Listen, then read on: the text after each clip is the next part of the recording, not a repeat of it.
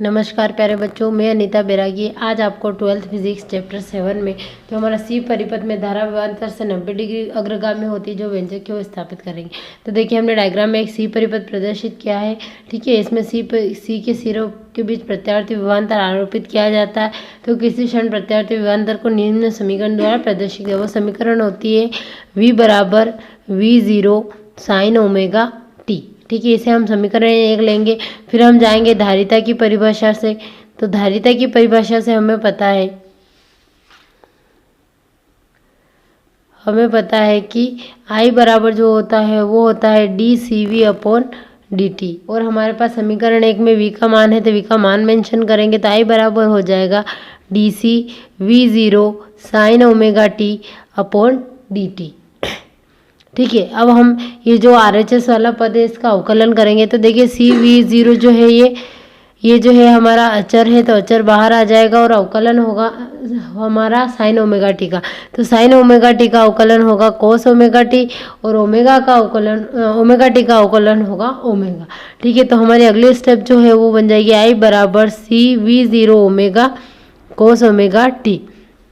और ये जो हमारा CV0 कोस ओमेगा टी है यह हमारा I0 का मान होता है। तो चूंकि I0 बराबर जो होता है वो CV0 ओमेगा होता है, तो इस मान को हम यहाँ मेंशन करेंगे। तो I बराबर हो जाएगा I0 कोस ओमेगा टी।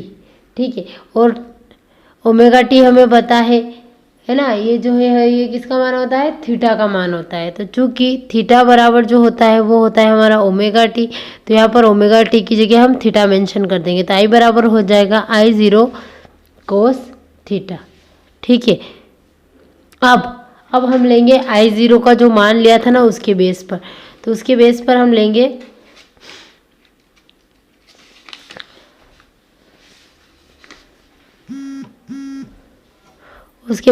लेंगे अब I0 बराबर CV0 ओमेगा।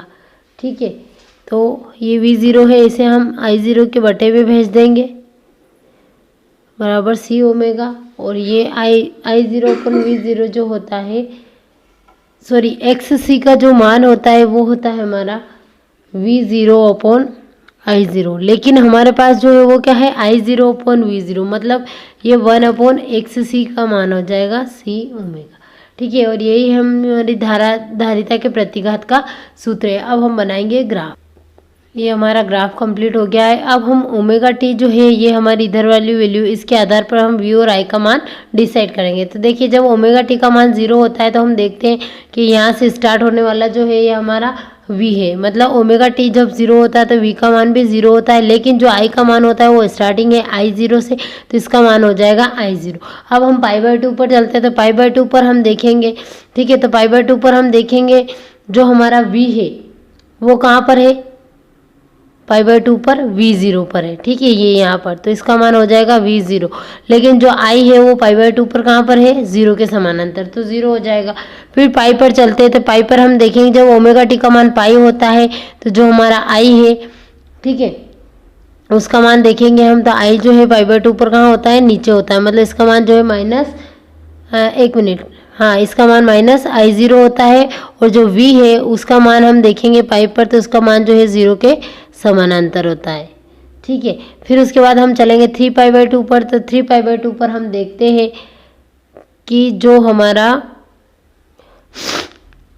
V है, V जो है 3π/2 पर होता है ऋणात्मक नीचे की साइड, तो माइनस V0 हो जाएगा। और जो हमारा I होगा वो हो जाएगा हमारा 0। ठीक है, फिर 2π पर चलेंगे। तो 2π पर हम देख रहे हैं जो हमारा V का मान है वो 0 के समानांतर है, तो 0 हो जाएगा। और जो हमारा I है वो ऊपर की साइड है ऊर्ध्वाधर, मतलब इसका मान I0 हो जाएगा। ठीक है, ये हो गया हमारा सी परिपथ में धारा विभवांतर से 90 डिग्री अग्रगामी होती है।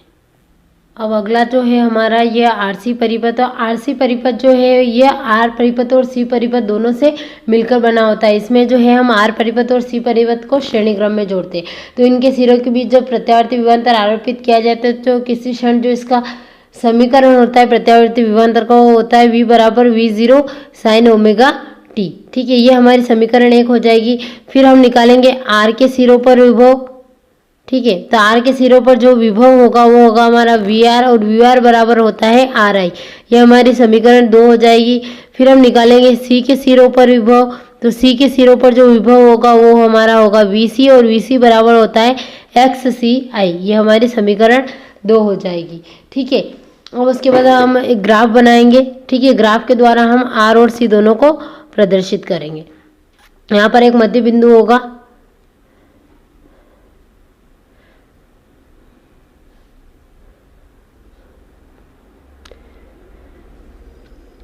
ये जो है ये हमारी आर की दिशा को बताएगा, और ये जो है हमारी सी की दिशा को बताएगा।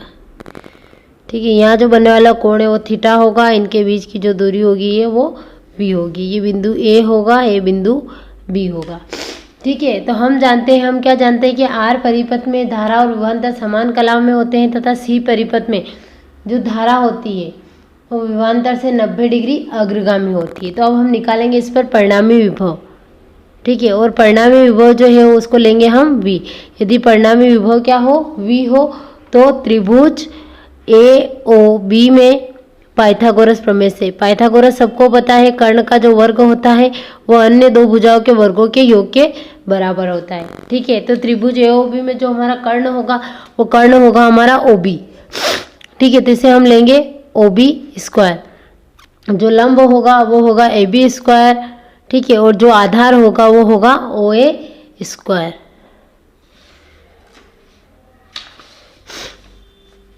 अब अगले स्टेप में हम क्या करेंगे, जो सारे मान है हमारे पास उन सारे मानों को हम मेंशन कर देंगे। तो हम देखते हैं ओबी का मान, तो ओबी का जो मान है वो वी है तो वी स्क्वायर हो जाएगा। एबी का जो मान है वो वी सी है तो वी सी स्क्वायर हो जाएगा।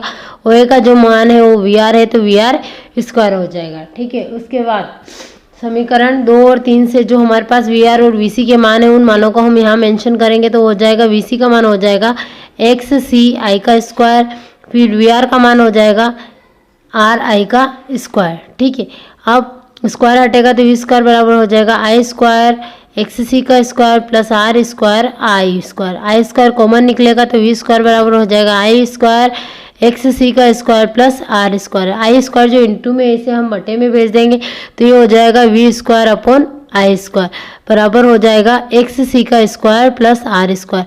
और जो वी अपॉन आई होता है ये हमारा जेड होता है। ठीक है, वी अपॉन आई जो होता है वो क्या होता है, जेड होता है। तो इसकी जगह हम लिख देंगे जेड स्क्वायर बराबर एक्स सी का स्क्वायर प्लस आर स्क्वायर। अब जो हमारा परिपथ है वो कौन सा परिपथ है, आरसी परिपथ है। ठीक है, तो इसको हम लिखेंगे जेड आर सी का स्क्वायर बराबर X C plus R square, X C square plus R square. अब हम स्क्वायर हटाएंगे तो अंडर रूट लग जाएगा। तो हमारी अगली स्टेप जो होगी वो होगी जेड आर सी बराबर under root X C square plus R square. और यही हमारा जो है प्रतिबाधा का सूत्र होगा। ठीक है, ये हमारा प्रतिबाधा का सूत्र है।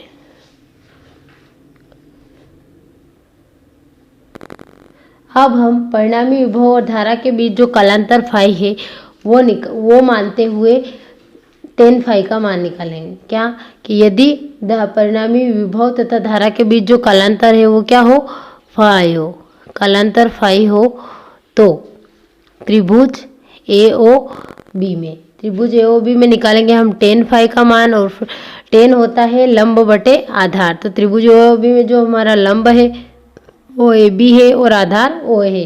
ठीक है, अब इनके मान मेंशन कर देंगे।